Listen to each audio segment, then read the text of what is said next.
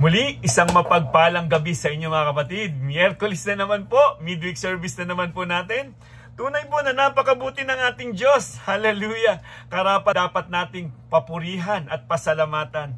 Naway nasa maayos kayong kalagayan sa mga oras na ito at patuloy ninyong nararanasan ang biyaya tabag kaya't napakasarap na magpuri sa ating Diyos na makapangyarihan. Sa mga tunay na Kristyano, tunay na pagkain natin ang salita ng Diyos na mahahayag sa ating kalagitnaan. Magkakahiwalay man tayo ng ating mga tahanan, naniniwala ako iisang espiritu ang kumikilos sa ating kalagitnaan. At ang nais nito, mapagpala tayo at mabusog tayo ng salita ng ating Panginoon. Sandata natin ito laban sa anumang atake ng ating kaaway. Mga kapatid, tunay nga pong napakabuti ng ating Panginoon dahil meron po tayong nabautismahan nung nakaraang Huwebes. Tunay nga po na ang Diyos ang kumilos. May mga bago po tayong kapatid sa pananampalataya. Congratulations at tunay nga po, meron na kayong bagong identity ngayon. 2 Corinthians chapter 5 verse 17, identity na ng ating Panginoong Hesukristo. So mga kapatid, meron na namang bagong mensahe sa panahon nating kinalalagyan. Buksan po natin ang ating mga Biblia. Amos chapter 4 verse 4 to 13. Mga mamamayan ng Israel, sabi ng Panginoong Yahweh, pumunta kayo sa Bethel at do'y gumawa ng kasalanan. Pumunta rin kayo sa Gilgal at dagdagan pa ang inyong kasalanan. Magdala kayo ng mga hayop na ihahandog tuwing umaga. Magdala kayo ng 10 bahagi tuwing 3 araw. Maghandog kayo ng tinapay bilang pasasalamat. Ipagyabang ninyo ang inyong mga kusang loob na handog sapagkat ito ang gustong-gusto ninyong gawin. Ginutom ko kayo sa bawat lunsod, walang tinapay na makain sa bawat bayan. Gayon may hindi kayo nanumbalik sa akin. Hindi ko rin pinapatak ang ulan na kailangan ng inyong halaman. Nagpaulan ako sa isang lungsod, ngunit sa iba'y hindi. Dinilig ko ang isang bukirin, ngunit ang iba'y hinayaang matuyo. Kaya't naghanap ang mga tao mula sa 2 o 3 lunsod ng tubig sa karatig lunsod, ngunit di rin napatid ang kanilang uhaw. Gayunman, hindi pa rin kayo nanumbalik sa akin. Sinira ko ang inyong pananim sa pamamagitan ng mainit na hangin at amag. Kinain ng mga balang ang inyong mga halaman, pati ang mga puno ng ubas, igos at ulibo. Gayon may hindi pa rin kayo nanumbalik sa akin. Pinadalhan ko kayo ng salot tulad ng aking ginawa sa Ehipto. Pinatay ko sa digmaan ang inyong kabinataan. Inagaw ko ang inyong mga kabayo. Bumaho ang inyong mga kampo dahil sa mga nabubulok na bangkay. Halos hindi kayo makahinga, subalit hindi pa rin kayo nanubalik sa akin. Pinuksa ko ang ilan sa inyong lungsod tulad ng Sodoma at Gomora. Kayo'y parang nagbabagang kahoy na inagaw sa apoy. Ngunit ayaw pa rin ninyong manumbalik sa akin, sabi ni Yahweh. Mga taga-Israel, gagawin ko ito sa inyo, kaya humanda kayong humarap sa inyong Diyos. Siya ang lumikha ng mga bundok at ng hangin at ang nagpapahayag sa mga tao ng kanyang kaisipan. Ginagawa niyang gabi ang araw, siya ang naghahari sa buong sanlibutan. Yahweh, ang Diyos na makapangyarihan sa lahat, ang kanyang pangalan. Purihin ang salita ng Panginoon. Tayo po'y manalangin at magpasalamat sa ating Diyos na makapangyarihan. Hallelujah. Aming Diyos na dakil at makapangyarihan, tunay po, Panginoon, na napakabuti mo sa buhay namin. Salamat po sa iyong mga salita na aming nabasa. Narinig na naman muli namin, Panginoon, ang panawagan mo. Ang dalangin po namin, Ama, ang pagkilos ng banal na Espiritu mo sa buhay namin, Panginoon. Maitanim sa aming puso at magdulot sa amin ng pagbabago ang mga salitang aming narinig, Panginoon. Mangusap po kayo sa amin, Panginoong Diyos, sa aking mga kapatid na naroon sa kanilang mga tahanan. Kayo po ang kumatagpo sa kanilang espiritual na pangangailangan, sa kanilang mga kaluluwa, Panginoon. Dalangin ko, Panginoon, na maging kagalakan namin ang panawagan mo po sa gabing ito. Maraming salamat po, dakilang Diyos. Tunay pong napakabuti ninyo, Ama. Gamitin niyo po ako bilang daluyan ng inyong pagpapala at ang mensahe mo lamang, Panginoon, ang patuloy na marinig namin. Maraming salamat po, dakilang Diyos. Sa inyo po ang lahat ng papurit pasasalamat sa pangalan po ng aming Panginoong Yesus.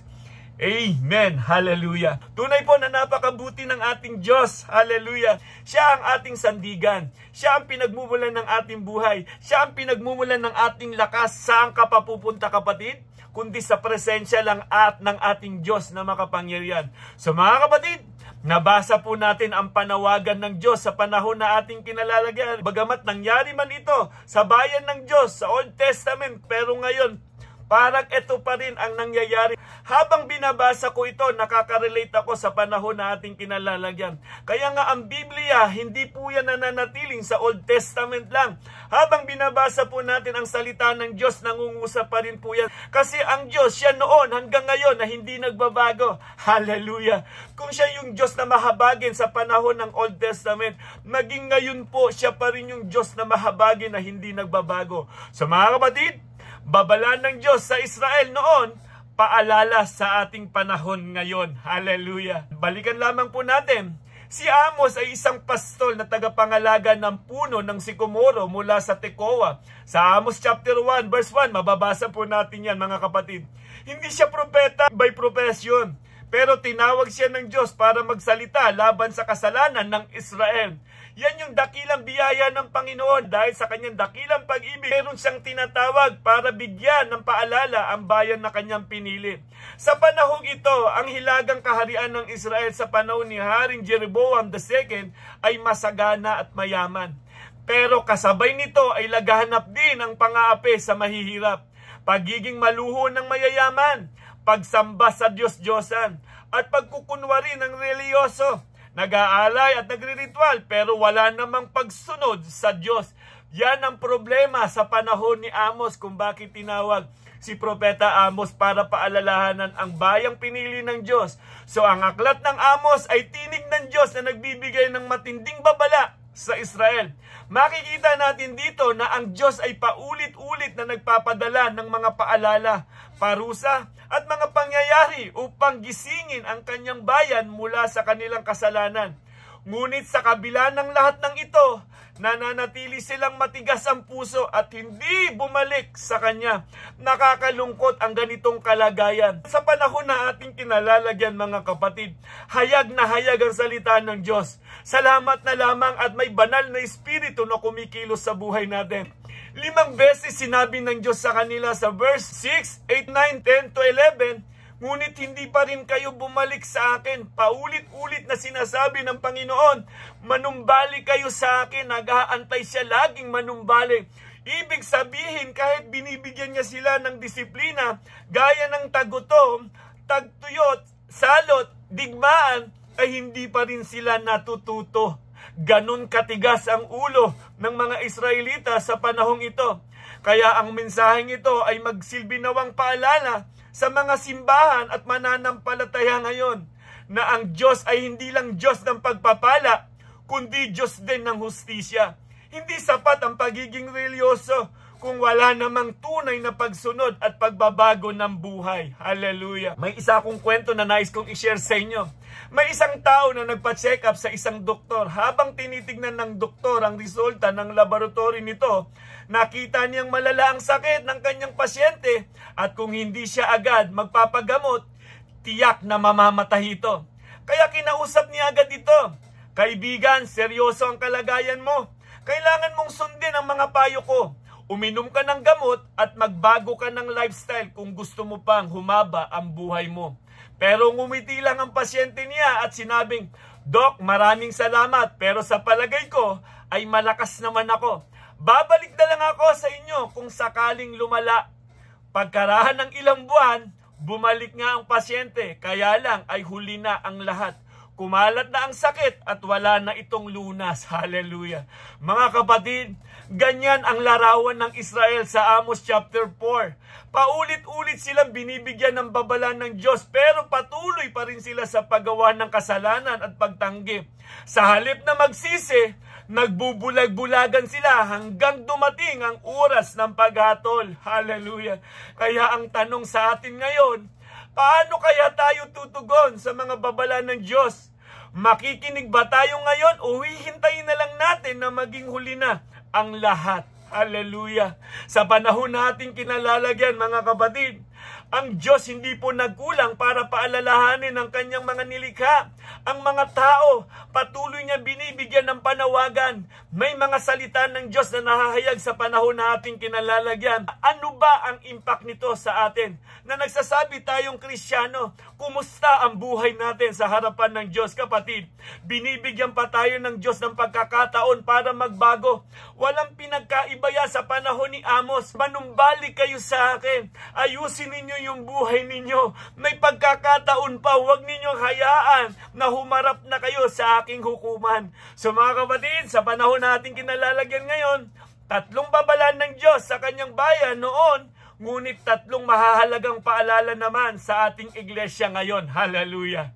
Mga kapatid, nagpapakita pa rin yan kung gaano kadakila ang pag-ibig ng Diyos. Unang punto po, may paalala sa gitna ng pagdidisiplina. Hallelujah!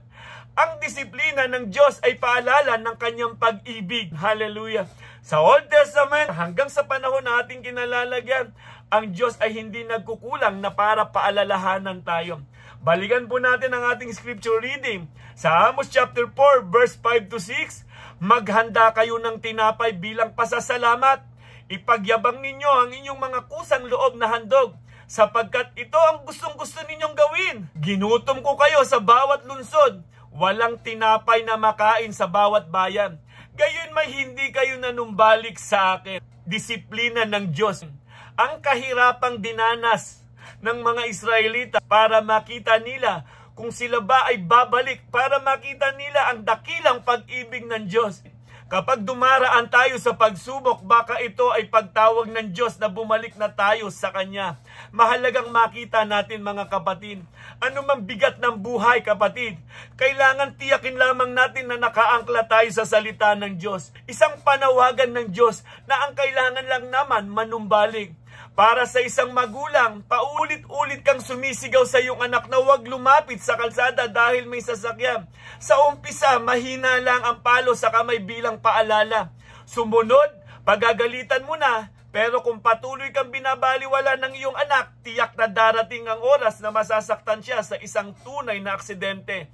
Gaya ng Israel, ang disiplina ng Diyos ay hindi para sirain tayo, kundi para iligtas tayo bago pa tayo tuluyang mapahamak. Pagdating ng tamang panahon o yung tinatawag nating Judgment Day, wala na talagang maipapangatwiran ang sinuman.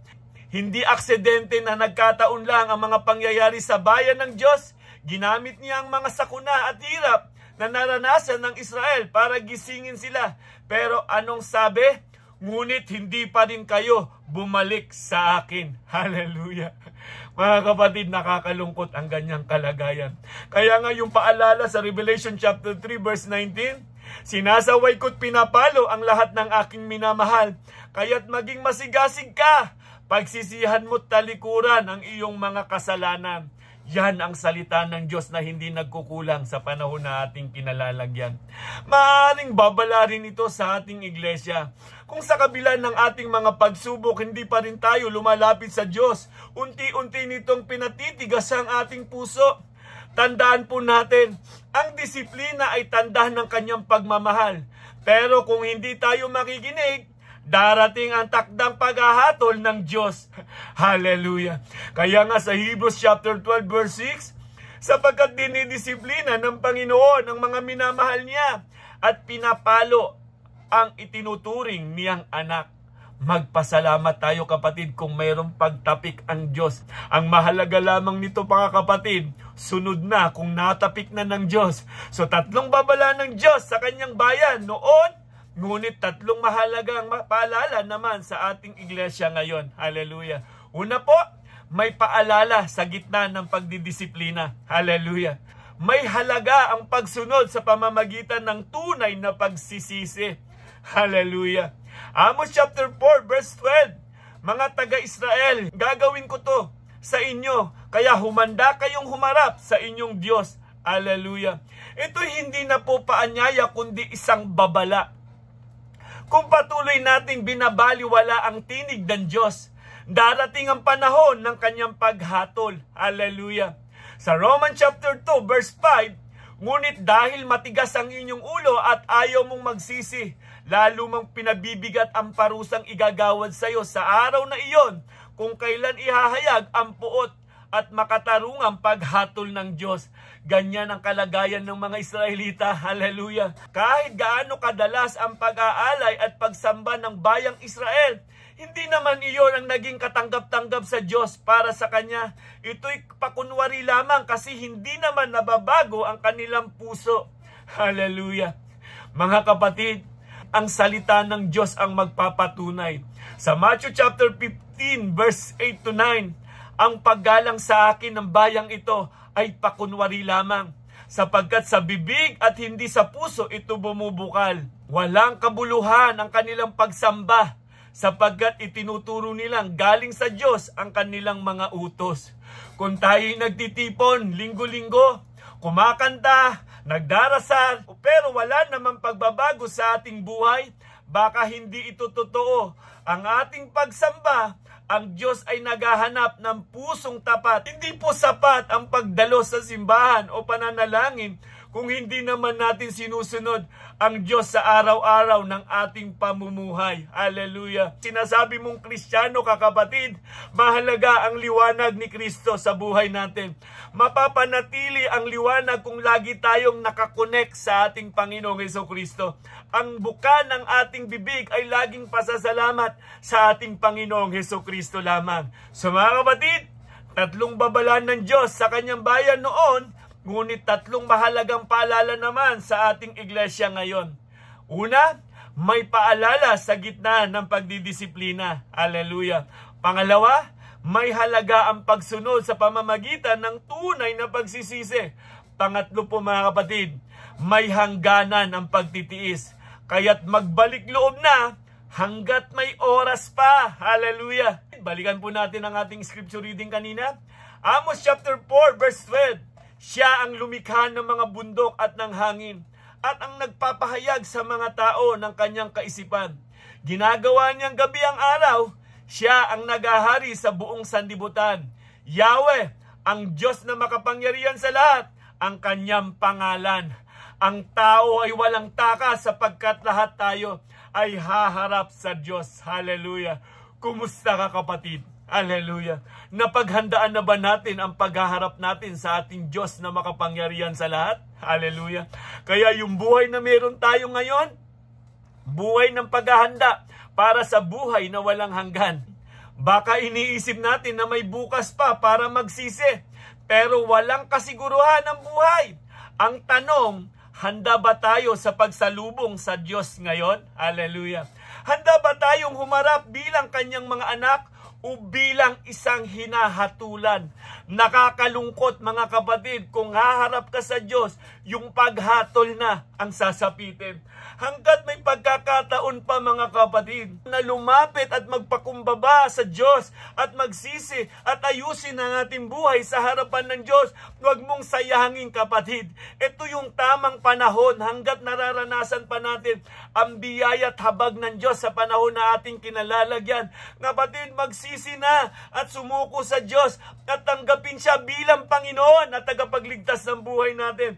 Siguradong wala kang pagsisihan pagdating ng tamang panahon. Kaya nga ang panawagan sa 2 Peter chapter 3 verse 9, ang Panginoon na hindi nagpapabaya sa kanyang pangako gaya ng inaakala ng ilan. Sa halip nagbibigay siya ng pagkakataon sa lahat, sapagkat hindi niya nais na may mapahamak, kundi ang lahat ay makapagsisi at tumalikod sa kasalanan. Hallelujah! Ang panawagan ng Diyos ay hindi nagkukulang. Lagi niya tayong pinaalalahanan. Nariyan ang salita ng Diyos at gumamit pa siya ng mga pastor para paalalahanan ang lahat ng mga mananampalataya. Merong isang eroplano na magti-take off na. Habang tumatawag ang piloto na magsipasok na, may mga pasahero pang nagtitimpla ng kape. Paulit-ulit siya nagpapaalala pero hindi agad sumakay ang mga ito. Kaya kapag tuluyan ng umalis ang eroplano, wala na silang habol. Ganyan din ang babala ng Diyos ngayon na ang oras ng pagsisisi. Dahil darating ang araw na hindi na tayo makakahabol. Hallelujah. Kapatid, wag mong sayangin ang pagkakataong ito. Wag mo sayangin ang oras. Dahil alam natin na haharap tayo sa hukuman ng Diyos. Kaya nga sabi doon sa 2 Corinthians chapter 5 verse 10, sapagkat lahat tayo'y haharap sa hukuman ni Kristo at tatanggap ng nararapat ayon sa ating mga gawang mabuti o masama nang tayo'y nabubuhay pa sa katawang ito. Hallelujah. Mga kapatid, may isa akong kwentong nais kong i-share sa inyo. May isang barkong pandagat na patungong Amerika. Habang nasa biyahe, napansin ng kapitan na may napakalaking yelo sa daraanan. Nagpadalas siya ng babala sa mga pasahero. Maghanda, may panganib na darating. Ngunit karamihan ng tao sa barko ay nagpatuloy sa kasiyahan. Sumasayaw, umiinom at kumakanta. Ilang ulit na nagbigay ng babala ang kapitan. Ngunit binaliwala ito hanggang sa bigla na lamang bumangga ang barko sa yelo at nagsimulang lumubog. Mga kapatid, ang barkong ito ay ang tinatawag na Titanic. Alam naman natin ang kwento ng barkong ito na sinabi ng gumawa nito kahit daw ang Diyos hindi daw kayang palubugin. Pero ang nangyari, lumubog po ito. Isang barkong inaakala ng lahat na hindi kayang palubugin. Hallelujah. Ngunit sa isang iglap, halos lahat ng buhay ay nawala. Mga kapatid, hindi ba't parang ganun din ang Israel sa Amos chapter 4? Paulit-ulit na binigyang babala ng Diyos, bumalik kayo sa akin. Ngunit sila'y nagpatuloy sa kasayahan at kasalanan. At dumating ang oras ng paghatol. Hallelujah. Kung iniisip natin na ligtas tayo o marami pa naman tayong oras, wala namang mangyayari sa akin. Ngunit malinaw ang salita ng Diyos, humanda ka sa pagsalubong sa iyong Diyos. Ang tanong kapatid, handa ka ba? Sapagkat ang pinakamalaking trahedya ay hindi ang pagkawala ng buhay natin sa mundo, kundi ang mawalan ng buhay na walang hanggan dahil binaliwala natin ang panawagan ng Diyos. Hallelujah. Dalawa lamang po ang destinasyon ng ating buhay, ng ating kaluluwa. Maaring mapapunta sa piling ng ating Panginoong Jesucristo o mapunta sa dagat-dagatang apoy o tinatawag na impyerno. Hindi nagbibiro ang impyerno, kapatid. Hallelujah. Inilarawan din po yan sa salita ng Diyos. Hindi po yan ginawa para sa mga tunay na Kristiyano. Ginawa po yan para sa matitigas ang ulo na ayaw maniwala at sumunod sa ating Panginoong Jesucristo. Kapatid, 3 babala ng Diyos sa kanyang bayan noon, ngunit 3 mahalagang babala naman sa ating iglesia ngayon. Hallelujah.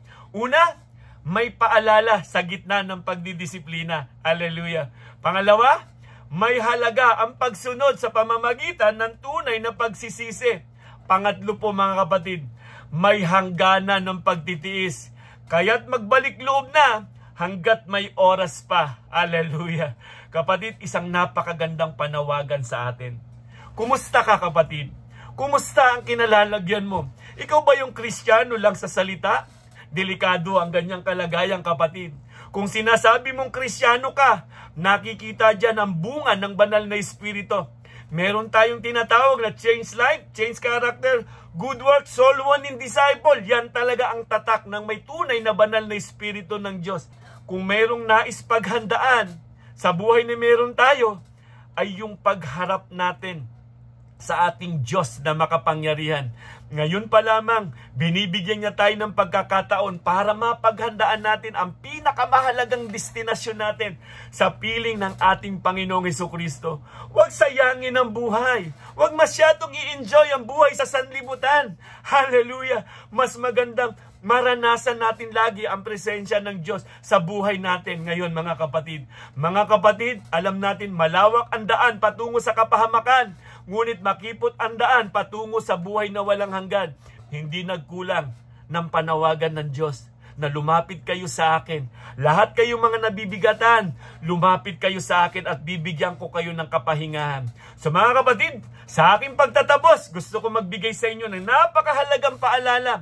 Sa Matthew chapter 24 verse 37 to 39. Ito po yung panahon ni Noah, no? Ang sabi dito, ang pagdating ng anak ng tao ay tulad sa pagdating ng baha nung panahon ni Noah. Hallelujah. Nang mga araw na iyon, bago bumaha, ang mga tao ay nagsisikain, nagiinuman, at nagsisipag-asawa hanggang sa pumasok si Noah sa barko. Hallelujah.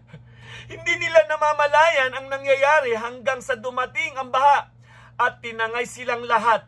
Gayun din ang mangyayari sa pagdating ng anak ng tao. Kapatid, maliwanag, ang Diyos ay hindi nagkulang ng panawagan.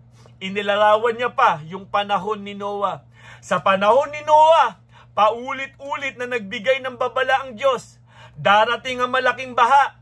Si Noah ay matyagang nangaral at gumawa ng daong sa loob ng maraming taon.